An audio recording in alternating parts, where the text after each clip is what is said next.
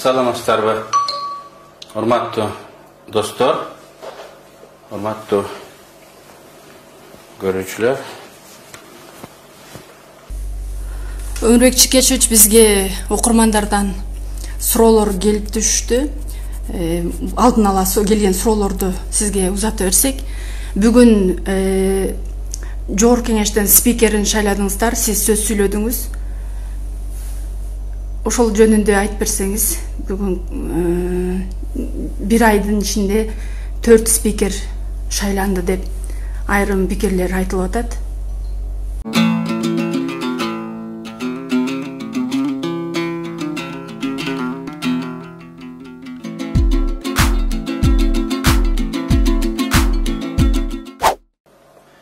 Бүгүнкү Жогорку Кеңеш көпчүлүгүбүзгө жакпайт. Анын сапаты, саясий эрки бизди канааттандырбады. Ошондуктан Атамбаевдин чимкирик деп койгон аты бүгүн учкул сөзгө айланып жабышты да калды. Бирок ошого карабастан бүгүн Кыргызстандагы жападан жалгыз легитимдүү орган бул Жогорку Кеңеш. Ошондуктан 5-6 октябрда элдик көтөрүлүштөн кийин бийликке претензия коюп бийлегиси келген группалар Жогорку Кеңештин батасын, анын колдоосун алганга аракет кылышты. Жогорку Кеңеш талапкерлердин ичинен Садыр Жапаровду тандап алып, ага өкмөттүн башчысын деген ыйгарым укукту берди. Ошондуктан бүгүн Жогорку Кеңештин Кыргызстандын татаал мезгилдеги тарыхында ролу абдан чоң. Мына ошол себептен кырдаал өзгөргөнгө жараша Жогорку Кеңештин төрагалары дагы алмашты. Мен бүгүнкү алмашууну көпчүлүк адамдар конъюнктуралык, шайлоо алдындагы оюн катары, тактикалык жүрүш катары баа берип жатышат. Ошондуктан Талант Мамытовду кандидатурасы талкууланып жатканда ага мен айттым. Сиз досуңуздун креслосын ал шайлоого кеткенде кайтарып туруу үчүн келген жоксуз. Сиз мыйзамдуулуктун сакчысы болгону келип жатасыз. Сиз Кыргызстандын кызыкчылыгын коргогону келип жатасыз. Анткени бүгүн жападан жалгыз бийлик органы Жогорку Кеңеш, сиз анын төрагасы гана эмес, балким жакынкы күндөрү мамлекеттин башчысы да болуп каласыз. Ошондуктан убактылуу келгендей мамиле кылбастан өтө жоопкерчилик менен мамиле кылыңыз. Анткени көпчүлүгүбүз шайлоо, президенттик шайлоо 10 январда эле бүтөт деп турабыз да. Бүтпөй экинчи турга кетсечи, анда шайлоо экинчи туру февралга өтүп кетет. Эми Кыргызстанда экинчи башаламандык болбосун, ошол экинчи тур менен болсо да шайлоо бүтсүн. Бирок шайлоо чыр болуп дагы бүтпөй арызарып кетсечи. Ошондуктан Талант Мамытовдун коюлган жүк, ага коюлган милдет абдан жогору. Бир нече ай болсо дагы өкмөт бүгүнкү татаал мезгилде экономикалык кайчылык, финансылык дефицит, ковидтин экинчи толкуну келип атат, саясий кризис, алдыбызда абдан татаал жана чоң маселелер турат. Тышкы карызыбызды төлөшүбүз керек. Мына ушундай учурда убактылуу болсо дагы мамлекет башчысы, парламент башчысынын милдети абдан чоң. Мен төрагага аны колдоп жатып, мына ушундай ниет каалоолорумду билдирдим. Өмүрбек Чикешевич, дагы бир мындай суроо бар экен. Кээ бир юристтер жана айрым саясатчылар азыркы Жогорку Кеңештин ыйгарым укугу 28 ноябрда бүттү. Мындан кийинки иштеп жатканы легитимсиз деп сындап атышат да. Ушул боюнча азыр силер иштеп атасыңар. Конституцияда кандай каралган? Кээ юристтер, агабыда саясатчылар Жогорку Кеңештин мөөнөтү 28 октябрда бүтөт. Анткени алар туура 5 жылга шайланган.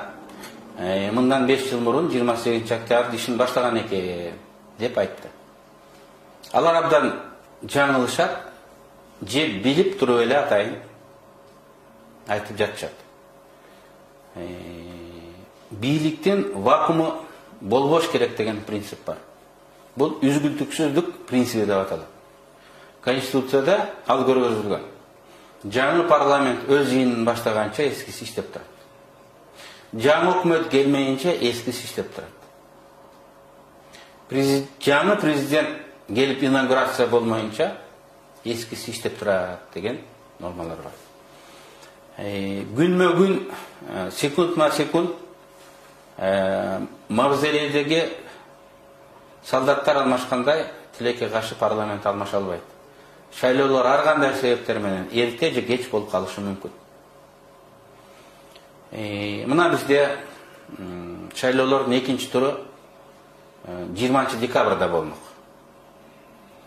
Эгер андай болсо, январда жаңы парламент шайланат эле. Октябрда парламенттер эмне 2 ай өлкө парламентти жоготуш керек беле.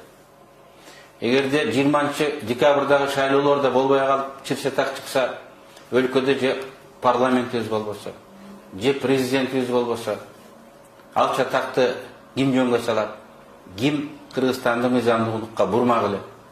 Мына ушуга окшогон коркунучтар Конституцияда каралган. Ошону түшүнбөй эле кээ бирлер коомчулукту адаштырганга адаштырып жатышат. Бирөө билип адаштырат, бирөө билбей адаштырат. Шайлоолор 6 айга чейин жылды. Ал качан болот? Белгисиз. Балким мартта болот, балким апрелде болот. Бирок 1-июндан кеч калбастан болуп өтүш керек. Эмне үчүн? Ушинтип жылдырса болот беле? Бул конституцияга канчалык туура келет? Мен ушул суроолорго жооп бергим келет. Биринчиден, парламенттик шайлоолорду кийинкиге жылдырып туруу өтүнүчү менен өкмөттүн башчысы Садыр Жапаров фракциянын жетекчилерине кайрылышты. Анын бир нече аргументи болду. Биринчиден, шайлоонун чатагы шайлоо системасынын кемчиликтеринен улам болду. Шайлоо системасына өзгөртүүлөрдү киргизиш керек. Анын өзүнүн көз карашы боюнча балким конституцияга да өзгөртүүлөрдү киргизиш керек деген жүйөсүн келтирди. Үчүнчүсү, шайлоону өткөрүп каржыдан, акчадан уламдаган ар бир шайлоо, урматтуу көрүүчүлөр, 500-600 миллион сом болот. Быйыл Садыр Жапаров өткөрөм деп аткан референдумду кошсок 5 жолу шайлоо өтүш керек. 500 миллион сомду 5ке көбөйтө беребиз. 2,5-3 миллиард акча болот. Кеп акчада эмес. Кеп убакытта. Бүгүн убакыт алтынга тете. Акчадан кымбат. Эгер 5 шайлоо өткөрсөк, 2,5 айдан кетсе 1 жыл биз шайлоодо болушубуз керек. Элдер, чиновниктер ойлонуп реформа кылып иш кылбастан шайлоонун шайтан оюндары менен алек болот. Бул кечиримсиз шалакылык. Бул жоопкерсиздик. Ошон үчүн биз парламенттик шайлоону жазда өтүүчү жергиликтүү шайлоолор менен чогуу өткөрүш керек деп эсептейбиз. Өзүңүздөр билесиздер, мен президенттик шайлоолор менен кош өткөрөйлүк, же жергиликтүү шайлоолор менен кош өткөрөйлүк. Биз акчаны экономдоп, шайлоолордун санын азайтайлык деген ой пикиримди тынбай айтып келип атам. Бул канчалык мыйзамдуу, канчалык эл аралык практикага, дүйнөлүк практикага туура келет. Быйылкы жылы ковид болуп, ар өлкөдө ар кандай кыйынчылыктар болду. Дүйнөдө 47 өлкөдө шайлоолор кийинки жылга же кечиракка жылдырылды. 47 өлкө. Birinde президенттик шайлоо жылды, экинчисинде парламенттик, үчүнчүсүндө мэрлерди же жергиликтүү кеңештерди шайлоолор жылды. Биздин Кыргызстанда да былтыр март айында Ош, Токмо, Каракол шаарларында жергиликтүү шаардык кеңештер шайланыш керек эле. Алар да ковид болгондугунан улап белгисиз мөөнөткөн жылдырылды. Мына бүгүнгө чейин ал жерде шайлоолор боло элек. Бирок жана мен айткан үзгүлтүксүздүк принцибинен улап ал жерде депутаттар иштеп жатышат. Шаардын бюджетин бекитип жатышат. Мэрлерди шайлап жатат. Бул жерде мен жана жогоруда айткан юристтер эч кандай мыйзам бузууну, конституциялык нормаларды бузууну көргөн жок. Ошондуктан шайлоолордун кийинкиге жылдырылышы Кыргызстандын кызыкчылыгына жооп берет. Акчаны экономдогонго жол ачат. Анан эң негизгиси, эң маанилүү болгон убакытты экономдоого жол ачат. Дагы бир окурманыбыздан мындай суроо келиптир. Садыр Жапаров 8 жыл мурун конституция даярдап койгонун айтты. Кыргызстан президенттик өлкө болот, парламент 60-70 депутаттан турат деп атат да. Сиз ошол конституцияны көрдүңүз беле?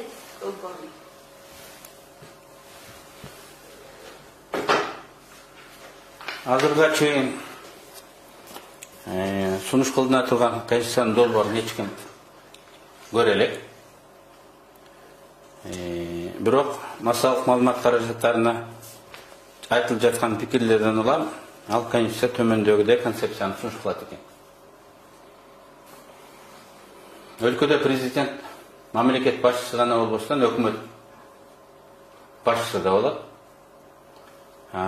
Парламент партиялык система жоюлуп, бир мандаттуу шайлоо округтарынан шайланып келет деген. Урматтуу көрүүчүлөр, урматтуу достор. Биздин саясатчылар анын артынан карапайым эл өлкөнүн алдында турган проблеманы туура аныктабастан, демек анын чечүүнүн жолдорун да туура көрсөтпөстөн, жөнөкөй чечим издеп 120 депутат көп, Кыргызстандын проблемаларынын булагы, себепкерлери, күнөөкөрлөрү ушул. 120-ны 60-га кыскартып коелук, 70-ге, 90-га кыскартып коелук деген ойлор болуп атат да. Эгер маселе ушундан эле чечилсе, 10-го деле кыскартып коет элек го. 120-ны Текебаев ойлоп та көбөйтүп койгон деп та айтчу. Мынакей менде бизге окшогон өлкөлөрдүн тизмеси турат. Кыргызстанда 1 миллиондон 10 миллионго чейин калкы бар өлкөлөр. Арасында Азия өлкөлөрү дагы бар, Европа өлкөлөрү дагы бар. Мурунку СССРдеги өлкөлөр дагы бар. Алардын баарында ушул 150ден 250ге чейин депутаттары бар экен. Муну тарых эмпирикалык жол деп коет. Жаңылып, кайра бутуна туруп жүрүп, адамдар ушундай сан керек экендигин, ушунчалык санда депутат керек экендигин аныктаган. Мен өткөндө айткам муну, аскерде согушуп жүрүп, теге ротанын саны СССРде 110-120 болгон, взводдун саны 30, отделениянын саны 12 деген. Бундесверде дагы, башка өлкөлөрдө дагы. Бул кокусунан чыккан эмес. Анткени бири жаралар болсо, экинчиси алмаштыргандай. Бири чарчап, коркок болсо, экинчиси алмаштыргандай. Запас лидерлери болгондой. Бул адамдын жалпы эле социалдык жаныбарлардын ушул психологиялык өзгөчөлүгүнөн ушул улам келип чыккан сан дегенде, эми ал боюнча көп сүйлөп отурбайын. Эмне үчүн президенттик башкаруу формасы бизге туура келбейт? Биз бирөөнүн тарыхын эмес, өзүбүздүн тарыхыбызды карашыбыз керек. Бисмарк убагында айткан экен. Акылдуулар бирөөнүн катасынан сабак алат, акмактар өзүнүн катасынан да сабак албайт деп айткан экен. Бизде 3 жолу революция болду. Үчөө тең президент өзүнүн үй бүлөсү менен эбегейсиз бийликти колуна алып, өзүм билемдик менен башкарам дегенден улар эл көтөрүлүп чыкты. Бул Акаев, бул Бакиев, бул Атамбаев өзү кетип үлгүрүп калды. Эгер 2 мөөнөт болгондо аны да кетирмек, Атамбаев менен Жээнбеков экөөнүн башкаруусу менен бир карайт. Биз ошондон сабак албастан бүгүн 4-үнчү жолу америкалык моделди алып келип, президенттик моделди Кыргызстанга пайдаланабыз деп турабыз. Урматтуу шайлоочу, урматтуу тууган, жер шаары 2-ге бөлүнөт. Экватордун үстү түндүк жарым шаар деп, былды жагы түштүк жарым шаар деп. Түндүктөгүлөр өнүккөн өлкө деп, түштүктөгүлөр бир аз артта калып, найым артынан кууп жетип келип отурат. Ошол түндүк жарым шаарда ОБС деген уюм бар. Ошол 57 өлкө мүчө. Кыргызстан дагы ошол өлкөдө, ошол уюмда мүчөбүз. Мына ошол 57 өлкөнүн ичинде бир эле классикалык президенттик системасы бар өлкө бар экен. Бул Америка Кошмо Штаты. Евросоюзда 28 өлкө бар. Бир да президенттик өлкө жок. 2-3 өлкөсүндө аралаш, Францияга окшогон аралаш система бар. Калганынын баарында парламенттик. Макул эми Европа болсун. А мурунку эстирдин республикаларычы баарыбызга белгилүү 15 республика болгон. Ошонун 9-унда бүгүн парламенттик башкаруу. Экөө Россия менен Азербайжан аралаш башкаруу. Накта Конституциясына президенттик деп жазып алган өлкөлөрдү мен сиздерге санап берейин. Түркмөнстан, эмчүн мен кайра Түркмөнстанды айтам. Тажикстан, Өзбекстан, анан Казакстан. Биз булардан да өтүп, бул өлкөлөрдө да премьер-министри бар. Премьер-министри жок, президент өзү түздөн-түз башкарган Америка системасын түзөбүз деп отурабыз. Бизге Орта Азияда аралаш, бизде Акаев менен аралаш система болгон. Аралаш болгон күндө дагы бир кишинин жеке бийлиги орноп атат. Эгерде биз баарын низамдаштырып, өкмөтү болбойт, бир киши өзү чечет. Ал эки же чексиз көп шайлана берет деп мыйзам кабыл алып койсок, бизде накта супер диктатура орнойт. Аны эл көтөрө албайт. Бүгүн мактап аткандар эртең аларды кууп чыгат. Эми биз чексиз эле өлкөдө кайра төңкөрүш кыла берсек, кайра бири-бирибизди куй берсек, алдыга өнүккөнгө жол калбайт. Биз акыркы жылдары социалдык курулушта жаңы маданиятты, саясий маданият, жаңа гражданинди калыптандырууда жетишкен ийгиликтерибизди бир күндө чийип койсок, бизде тарых кечирбейт. Эми мына ушул жерде мен парламент жөнүндө кыскача айтып койгум келет. Бир мандаттуу округтар жөнүндө.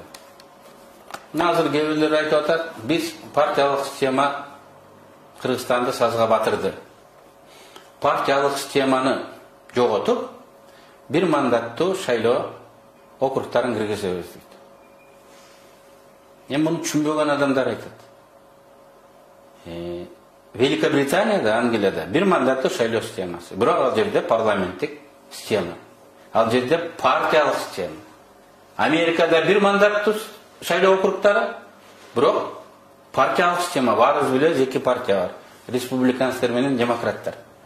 Ошентип тиги партиялык система менен шайлоо системасынын айырмасын, алардын байланышын билбей туруп, элдин башын айландырганыбыз дагы туура эмес. СССРдин мурунку өлкөлөрүнүн тарыхы көргөзгөндөй, бир мандаттуу шайлоо округтары коррупциялашкан болот. Акчасы көп жергиликтүү олигарх.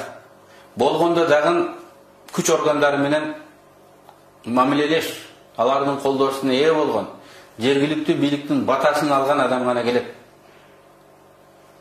Мына мен азыр Алайдан ким өтөт, Өзгөндөн ким өтөт, Кара Суудан ким өтөт, Ат башыдан ким өтөт? Айтып бере алам. 2-3 клан, 2-3 олигарх ат чабышат. Ат чабышпайт, кадимгидей сабашат. Карапайым врач, аялдар, жаштар, журналист, Бишкектен барган окуучу, окумучту, же экономист өтпөйт. Бийлик менен жакшы бизнесмен өтүп келсе, алар парламентте бийликке кайшы айта албайт. Демек элдин кызыкчылыгын коргой албайт. Мен өзүм 4 жолу бир мандаттуу шайлоо округунан шайлангам. Андай парламент эмне экендигин билем. Ошолордун кесепетинен революциялар болуп келе жатат. Албетте бүгүнкү пропорционалдык шайлоо системасынын кемчилдиги көп. Анын жок деп айтыш бул эки жүздүүлүк болуп калат. Бүгүн тизмелердин түзүлүшү, тизмедеги кандидаттардын тартиби, партия утуп алган мандаттардын бөлүнүшү кээде саясий коррупцияга алып келип атканы баарыбызга белгилүү. Ошондуктан бул системаны сөзсүз оңдош керек. Партиядагы тизмедеги кандидатты партиянын жетекчиси эмес, эл өзү аныктагандай. Эл конкреттүү кандидатка добуш бергендей. Карапайым адамдар, жаңы партиялар парламентке өтүп келгенде системаны түзүп беришибиз керек. Менден көп сурашат. Акыркы күндөрдө ам келип, кантип чиновниктерди, кантип өкмөттү элдин үнүн укканга, эл үчүн иштегенге мындай заставить этебиз деп. Анын бир эле жолу бар. Алардын абирине койбош керек. Саясий конкуренция. Саясий конкуренция болсо, элдин пикири мааниге ээ болот. Элдин пикири салмакка ээ болот. Ошондо чиновниктер, депутаттар карапайым элдин сөзүн сүйлөп, алардын кызыкчылыгын коргоого мажбур болот. Биз саясий конкуренциясы бар, сөз эркиндиги бар, коом курушубуз керек. Ал эми бир мандаттуу деп балыгооз депутаттарды шайлап, анан бир киши кожоюн болот деп супер президентти шайласак, ал бул балуулуктарды жоготот. Биз баягы эле эски ордубузга барабыз. Эмне үчүн мен Түркмөнстан деп көп айтам, эмне үчүн Тажикстан деп айтпайм, эмне үчүн Өзбекстан деп айтпайм, эмне үчүн мен Түркмөнстан деп салыштырып атам. Биринчиден, бул эң тяжелый случай да, касардын орунун эң тяжелый случай. Бул диагноз. Ошону көрүп чочуларсың деп айтып атам. Бул бир. Анан экинчиси, жана бизде курултай киргизебиз деп атышпайбы? Курултай деген болуш керек дейт. 2000 адам, 2000 депутат болуш керек дейт. Алар жыл сайын президенттин ишине баа бериш керек, отчетун алыш керек дейт. Эгер президенттин иши жакпай калса, президентти жумуштан кетирип, жыл сайын жаңы президентти шайлаш керек деп айтып. Угуп турсаңар, жыл сайын жаңы президент шайлаш керек дейт. Теория жүзүндө. Эгер жыл сайын кетирсе, алар парламенттен отчет алыш керек экен. Парламенттин иши жакпай калса, парламентти таратып, жыл сайын жаңы парламенттик шайлоо жарыяланышы мүмкүн экен. Түркмөнстанда 2500 адамдан турган курултай болгон. Ал жерге уурулардын аксакалдары, уурулардын родтордун өкүлдөрү келип отурушкан. Алар газдын баасын көтөрөлүк десе, тура алып баары кол чыгат эле. Алар туздун баасын көтөрөлүк десе, кол чыгат эле. Элдин кызыкчылыгын көрөбөздөн түркмөн башыга кол чыгат эле. Жадаган түркмөн башы ал курултайды мындан бир нече жыл мурун таратып жиберди. Мындай функциясы бар, мындай миссиясы бар курултай дүйнөнүн башка өлкөсүндө жок. Эмне биз кыргыздар немистерден акылдуусу, эмне биз еврейлерден акылдуусу, эмне биз япондордон акылдуусу. Мен курултайчыларга так ушундай суроо менен жооп берет элем.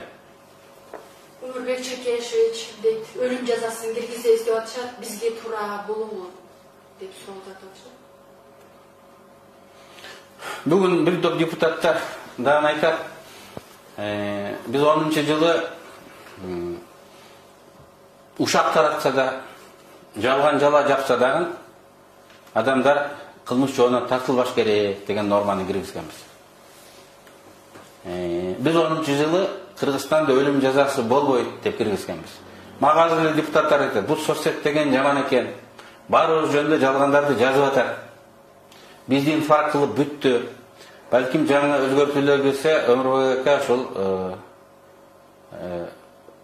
жалган маалымат тараткан адамдарды камай турган кылып койбойлукпу дейт да. Эң көп жабыркаткан менмин. Эмне гана деп мени жамандабайт. Бирок алардын оозун жабыш үчүн түрмө менен коркутсак, туура эмес болуп калат. Менин мечтам, тилегим. Адамдар эмне жалган, эмне чын экенин өзүлөрү аңдай турган, өзүлөрү биле турган жерге жеткиришибиз керек. Фейк эмне экенин, чындык эмне экенин адам өзү билгенде абалга жетиш керек. Бизде бул тармак өнүккөнүнө 1-2 жыл болду.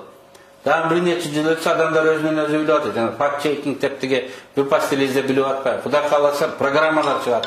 Эмне жалган экенин, эмне чын экендигин граждандар өзү билип алат. Мына эми өлүм жазасына. Өлүм жазасын киргизүүгө болбойт.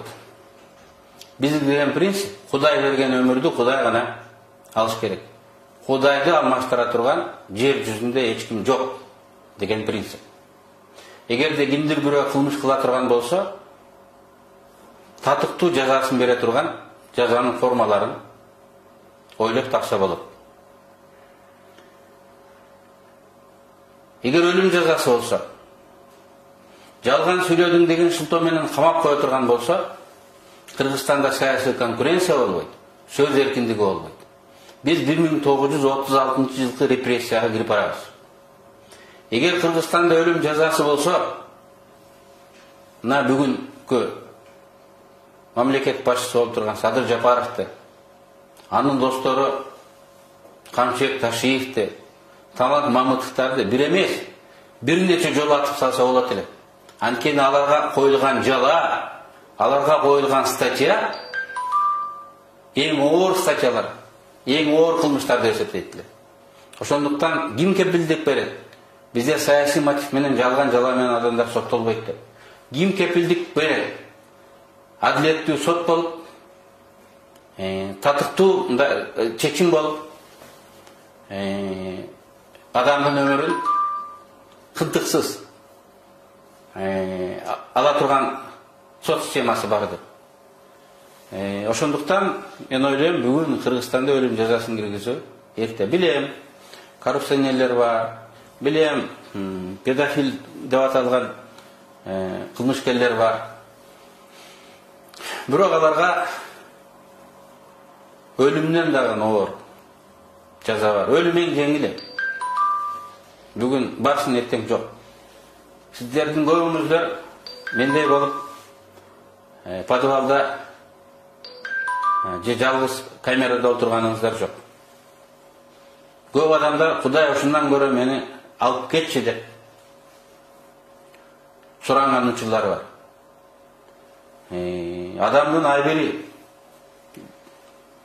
аны кыйнап жазалаш керек. Түрмөдөгү шарт коомдун ага болгон мамилесаларды жазалагандай болуш керек. Өлүмдөн да күчтүү жаза бар экендигин урматтуу көрөрмандар, достор, унутпаңыздар. Өлүм бул кинодон арылта турган кыска жол. Учурда конституциялык кеңешме түзүлүп жатыптыр. Сиз ага кирдиңизби? Өмүрбек Чекешевич дейт. Мен ал жөнүндө маалыматым жок. Азырынча жөн гана сөздөр. Анан эң негизгиси аны ким түзөт, кандай максатта түзөт, ушул абдан маанилүү. Эгер ал көз боемош үчүн, алдан ала кабыл алынып коюлган чечимге мөөр басып бата бере турган орган болсо андай жерге кошулуштун кереги жок деп мен эсептейм. Эгер башкасы урматтуу достор, урматтуу көрүүчүлөр, мен Кыргызстанда болуп жаткан окуяларга өзүмдүн көз карашымды айтып, көпчүлүк коомчулукка чыкпаган жаңылыктар, саясий секреттер жөнүндө сиздер менен ой бөлүшүп турам деп убада берген жума сайын. Бул акыркы жолугушуу эмес. Ошондуктан азыр сөзүмдү кыскартып, кийинки жолугушканга чейин деп коштошкум келет. Саламатта болуңуздар.